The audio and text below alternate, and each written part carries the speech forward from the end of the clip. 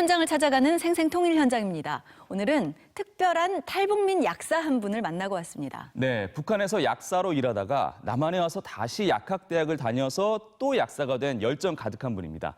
요즘은 코로나19 때문에 눈코 뜰 새 없이 바쁘다는데요. 지금 함께 보시죠. 코로나19로 바뀐 일상. 거리의 풍경도 마찬가지입니다. 마스크를 쓰지 않은 사람을 찾기가 어려울 정도인데요. 여러분의 일상엔 어떤 변화가 생겼나요?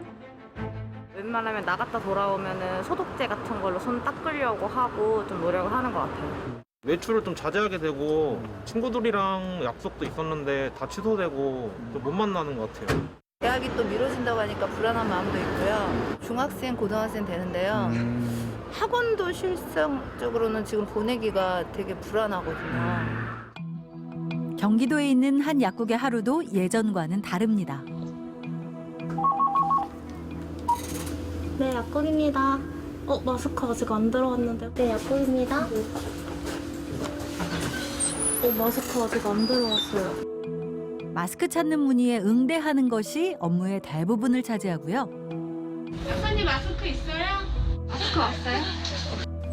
평소 같으면 꽉 차 있을 판매대에도 방한용 마스크만 몇 개 걸려 있을 뿐 텅 비었습니다. 마스크를 많이 찾으시네요. 네, 다 오는 사람마다 다 에브리바디 전부 다예요. 이게 코로나 사태가 처음이잖아요. 그러니까 이런 마스크 사태도 처음이고 황사 때도 마스크 이렇게 찾긴 했지만은 이렇게까지 고갈은 아니었거든요. 이런 상황을 처음 겪는다는 이혜경 약사님은 19년 차 탈북민인데요.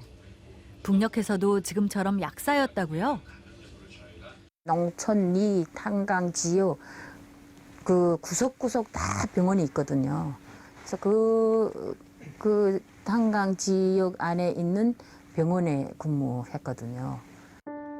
남녘에서 다시 약사를 하려면 국가시험을 한 번 더 치러야 하는데요. 내가 다시 배워서 하지 않으면 평생 내가 이걸 후회할 것이다 생각해서 그다음 내가 그래도 했던 약학 공부를 다시 해야 되겠다. 이 생각에까지 도달하게 됐거든요. 낯선 영어식 의학 용어에 나만의 수많은 약 종류를 익히는 것이 쉽지는 않았습니다. 등록금 마련까지 하느라 안 해본 일도 없었는데요. 약대 다니면서도 새벽 신문 배달하고 그다음에는 그 통학 거리가 2시간 거리였으니까 아침 7시면 또 학교를 가서 밤 12시까지 또 밤에 또 전단지를 돌렸어요. 진짜 지금 생각하면 그야말로 불사조 정신으로 공부한 거죠. 아유, 정말 고생 많으셨겠네요. 엄청난 노력 끝에 약사 시험에 합격하고서 자신의 약국을 열었습니다. 이제는 동네 사람들 가정사까지 알 정도로 단골 손님도 제법 생겼는데요. 학교 선생님이신데 우리 약국을 잘 오셔요. 따님 2분 있는데 그래가지고 어제는 전 반죽을 갖다 주셔가지고 바쁜 시간이 지나는가 싶더니 약국 주변으로 사람들이 모이는데요. 왠지 비장함도 느껴집니다. 이때 약국으로 택배 상자가 도착하네요. 무엇일까요?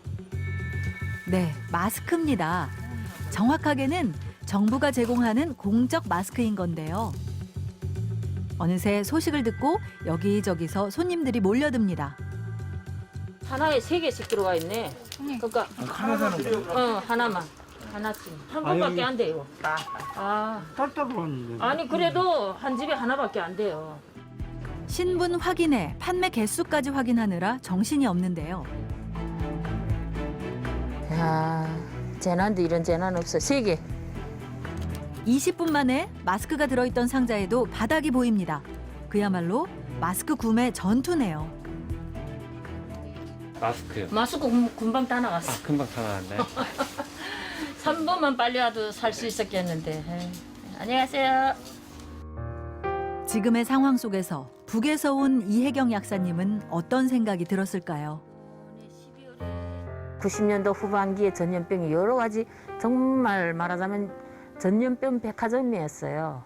그런 상황을 사전에 다 그 경험을 했기 때문에 북한이라 하면 그 어떤 그런 공산 정치지잖아요. 그러니까 딱 분배 배급제에 의해서 니네 불만 부리지 말고 여기에 만족해. 딱 이러면 끝이거든요. 그런 면에서 뭐 어찌 보면 제 생각에는 행복의 겨운 비명. 다음 날. 오늘은 약국 말고 다른 곳에서 약사님을 만나네요. 아이고 빨리 왔네. 내가 늦었네. 무슨 모임이라도 있으신가 봐요. 탈북 대학생 모임을 한 4년을 하고 있어요. 탈북 대학생들과는 어떻게 인연이 된 거죠? 국뽕하는 꼭 가덕이 단계를 제가 같이 하면서 이렇게 누군가는 이끌어주고 밀어주고 이런 역할이 필요하다고 생각하거든요. 처음에는 이제 모여서 그저 놀기만 했어요. 놀기만 하다가 그래도 어떤 정신적인 자양분을 심어줘야 되겠다. 가끔씩 모여서 이렇게 독서 모임을 하는데요. 탈북 청소년 혼자라면 알아보기 막막했을 학교 입학 정보도 공유하고요. 남한 생활에 필요한 다양한 강의나 답사 활동도 제공하는데요. 때로는 엄마처럼, 때로는 선생님처럼 탈북 대학생들에게 든든한 지원군이 돼주고 있습니다. 저 같은 경우는 좀 내성적이어가지고 이렇게 사람들 막 많이 만나는 스타일이 아니었거든요. 근데 박사님 만나고 후부터는 조금씩 밖에 나가고 이렇게 사회생활이라는 걸 했던 것 같아요. 대부분의 학생들이 이제 무연고로 혼자 이제 한국에 오거나 또 좀 상황이 많이 어려운 친구들이 많습니다. 그래서 그런 친구들한테 이제 직접 정말 어머니처럼 대해주시고 남녘에서 잘 정착한 약사님을 지켜보며 탈북 학생들도 큰 꿈을 키우는데요. 먼저 온 그야말로 탈북자로서 우리가 좀 더 분발해서 좀 더 활약해가지고 어떤 서명의식, 이게 서명의식이거든요. 서명의식을 잃지 않고 코로나 사태도 국민성을 발휘해서 인내 있고 성공적으로 이겨냈으면 좋겠습니다. 어려움 속에서도 서로 돕고 의지하는 탈북민처럼 코로나19도 우리가 함께 한다면 잘 극복할 수 있을 겁니다.